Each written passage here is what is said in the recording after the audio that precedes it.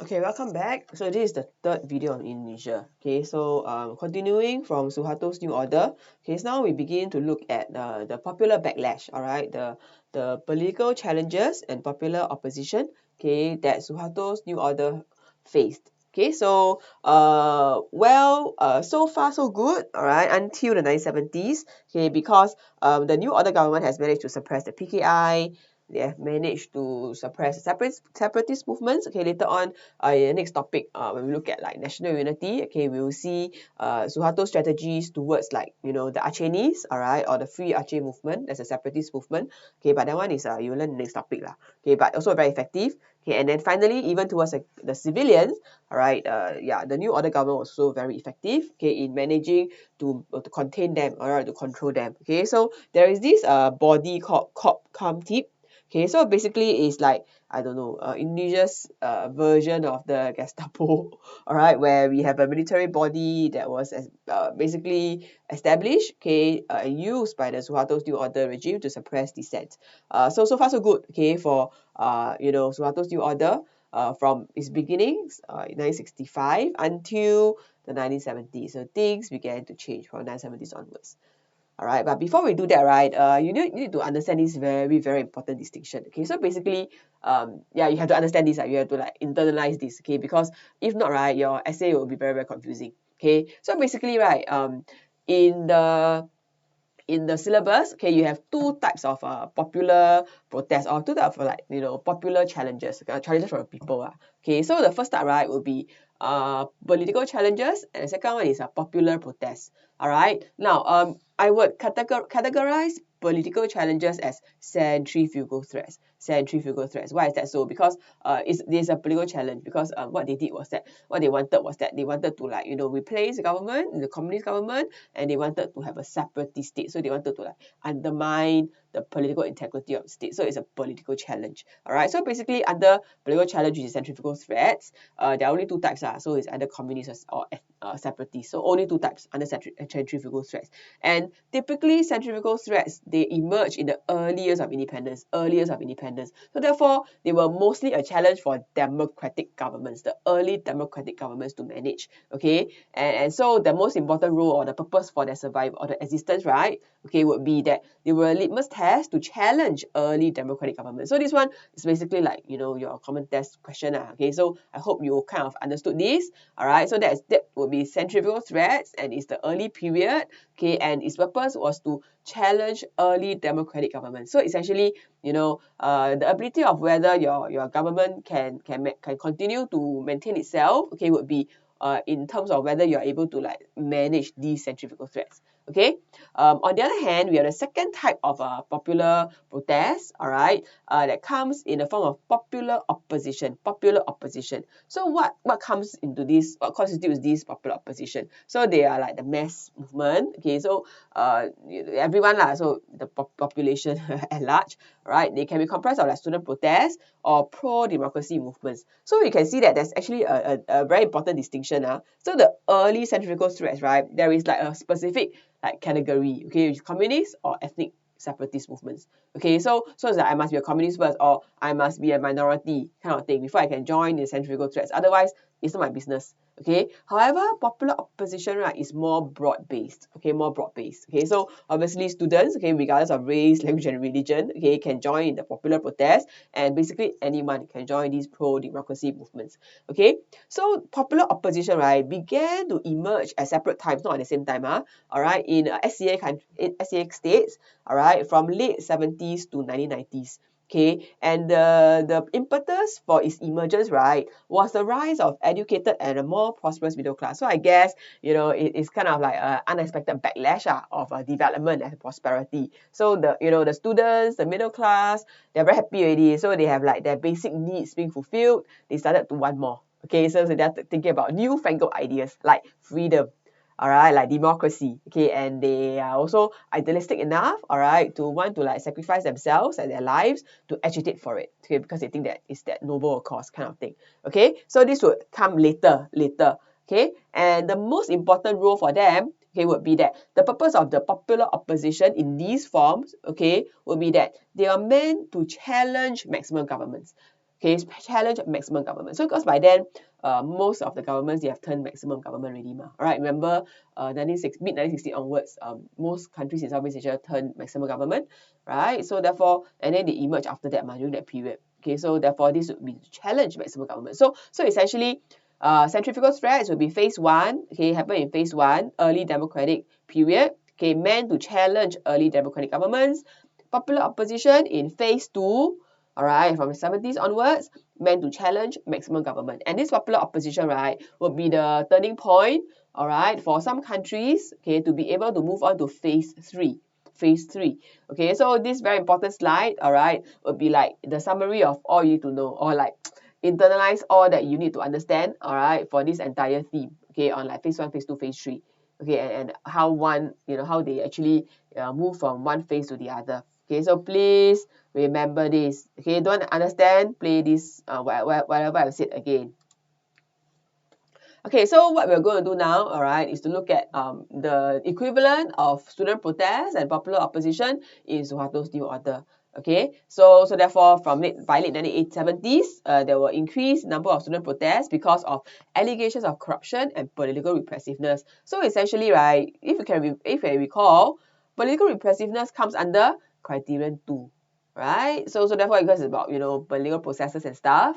Okay, so were there any like allegations, or were there any like sentiments of repressiveness? Okay, at the same time, corruption will come under criterion 3. Okay, remember in the earlier video, okay, I mentioned that yeah, there was stability, okay, there was economic development, but it's kind of a bit like unfair, unbalanced, okay, towards like, for example, the Indonesian Chinese, okay, and Suharto's cronies. Okay, so there were like charges of like nepotism and corruption. Okay, and this would also lead to like rising resentment. So therefore, just now in the earlier video, I said that, well, criterion 2 and 3, they're very good, right? But apparently, it's still not perfect, all right? So there are still some like unexpected negative backlash, all right, that you will see then, coming into being, all right, coalescing, and then they unleash themselves, all right, into this thing called student protest or popular opposition.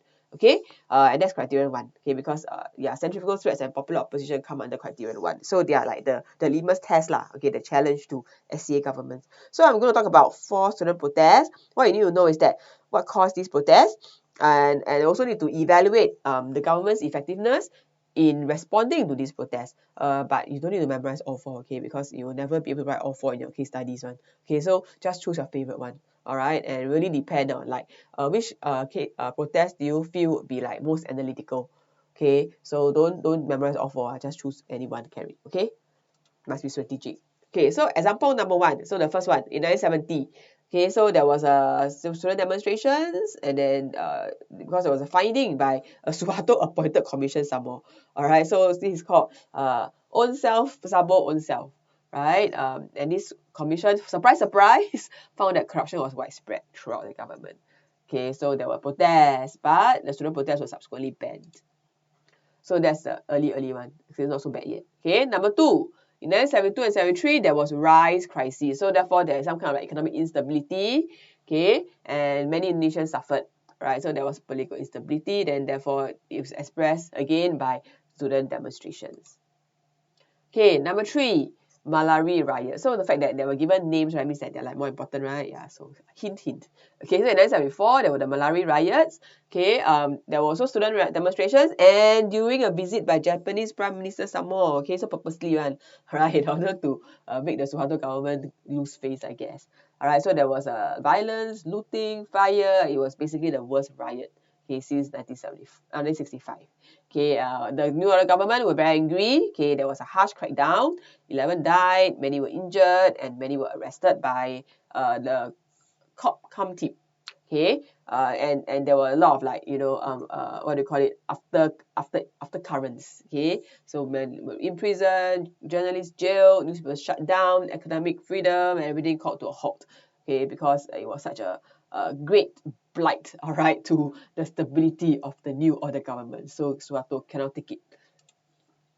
Okay, so these are some examples of the violence. Okay, so you must remember all these are taking place in the context of like a military government, all right, whereby the military is actually known for being very much in control, okay, very repressive, and yet these students still have the guts, okay, and they and never say die or never die before, yeah, what we will say, to actually protest, okay, and many of them would suffer for it lah.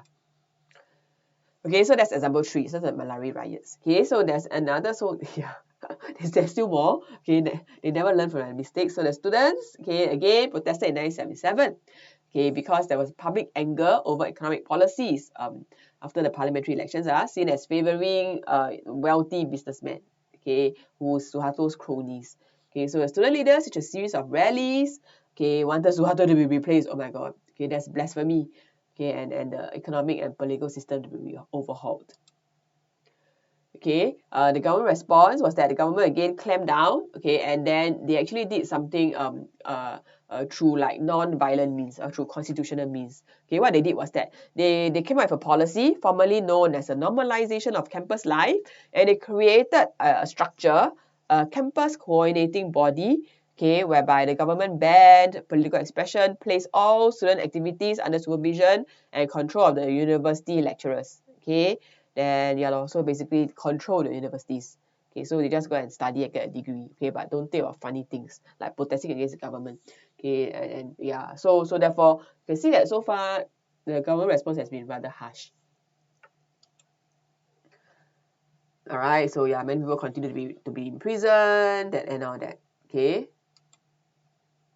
Well, there were some concessions after a while, okay, but that was like in 1989, so almost 10 years. So in 1989, after many years of repression, okay, so there was a higher education law being passed, right? So there were some guarantees for academic freedom and autonomy, and then Suharto himself said that there should be broader openness, okay, and the students and intellectuals took advantage of this to push for more reforms. Okay, however, you have to assess all right, the genuine nature, all right, of Suharto, of this reform, whether Suharto really wanted to have like more, openness and autonomy or not. Did he really want that, or it's just like a lip service only?